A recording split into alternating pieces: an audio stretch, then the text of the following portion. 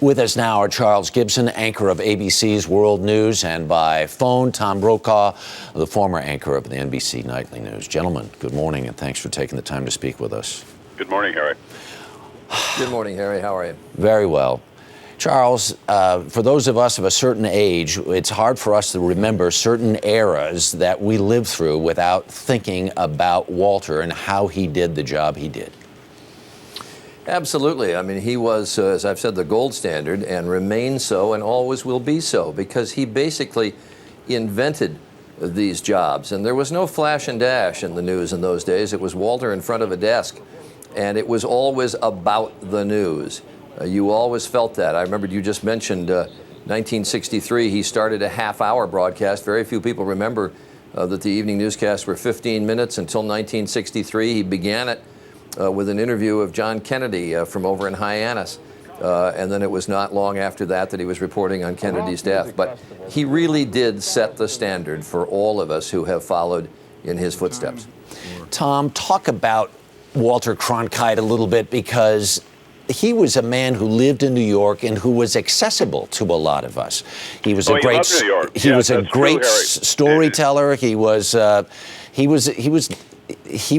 was terrific company, as Morley Safer said earlier this morning.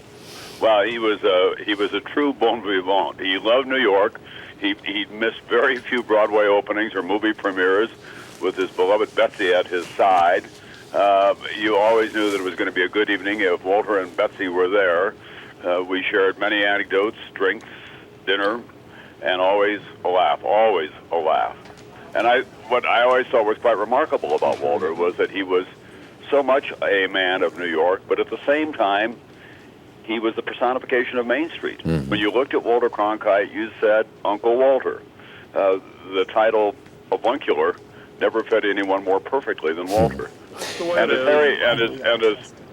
as Charles was just saying, we're all the beneficiaries of the standards that he set. And I dare say I have to give some tribute to Chet Huntley and David Brinkley in the early days as well.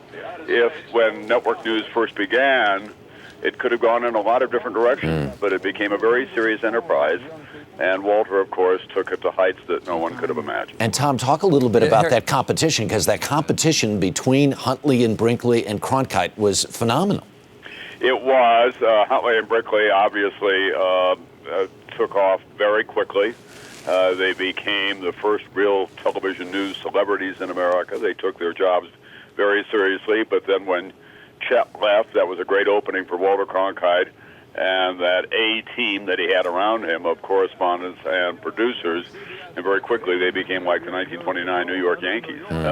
And to be across the street from them was sometimes frustrating, but I always admired the work that CBS News would do. And Walter was a generous man. When I was a young reporter covering Watergate in Washington, I ran into him at one of those White House Correspondents' dinners, and he came right over to me and said some very nice things about my work and patted me on the shoulder and said, "Well, young man, we're keeping an eye on you." And then along the way, we became great friends. And there's a story that I think pretty well summed him up, that when I was leaving the Today Show to go off to do the NBC Nightly News, Gary Trudeau and Jane Pauley gave a small dinner for me, and Walter and Betsy were there. By then, we had become friends. And Walter stood up to give me a toast, and he said, "I want you to keep something in mind. There will be a night when you think you've done everything right on a big story, and you'll have an enormous sense of pride. And then you'll walk out of your office into the streets of New York, and there in New York alone will be millions of people who didn't see anything that you'd done."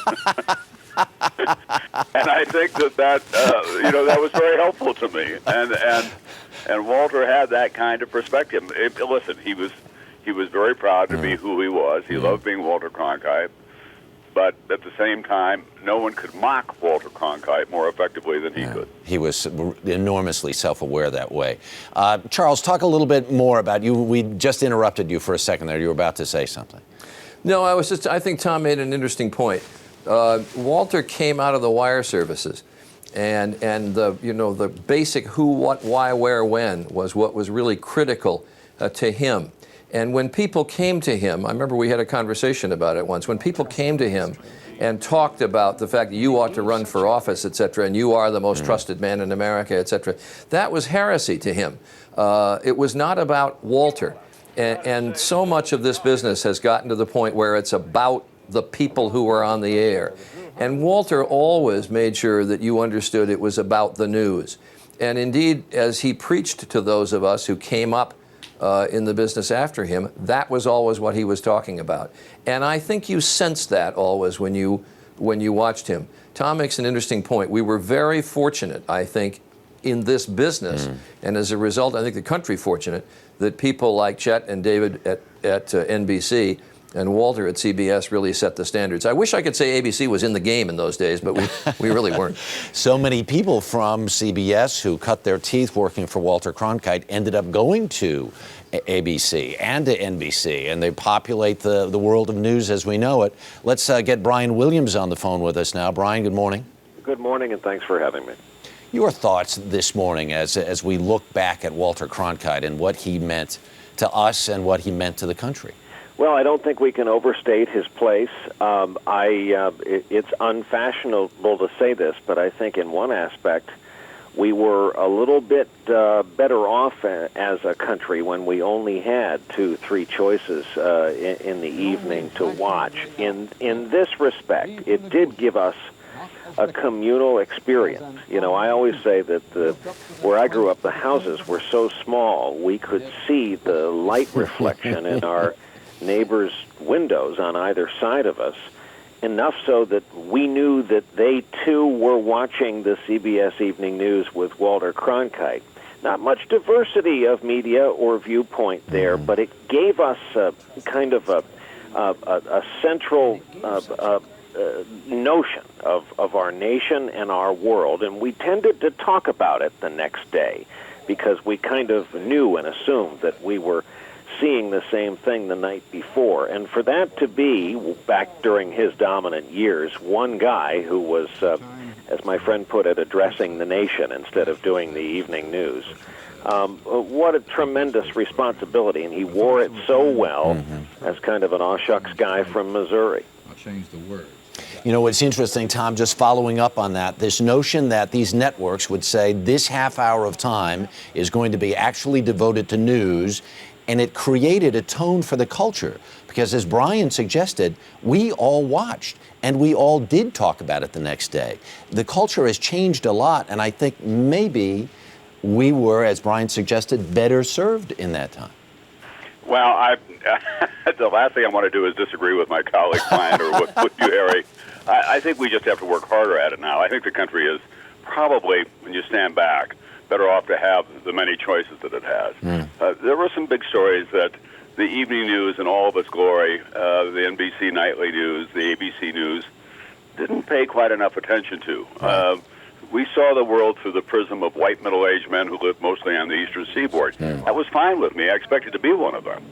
But at the same time, they didn't take the women's movement seriously enough at the beginning, for example. We missed a lot about science and medicine that was important, and breakthroughs in cancer. You know, it was pretty much Washington-oriented, and internationally, obviously, it got a good deal of attention. Wow. And now you just have to work harder at it. There are many more choices out there. This is an information-rich society in which we live. All right. Thank you very much, Tom Brokaw, for keeping our feet on the ground here this morning. Charles Gibson, great to see you. Thanks for taking the time. Brian, be well. Harry, thank you. All right.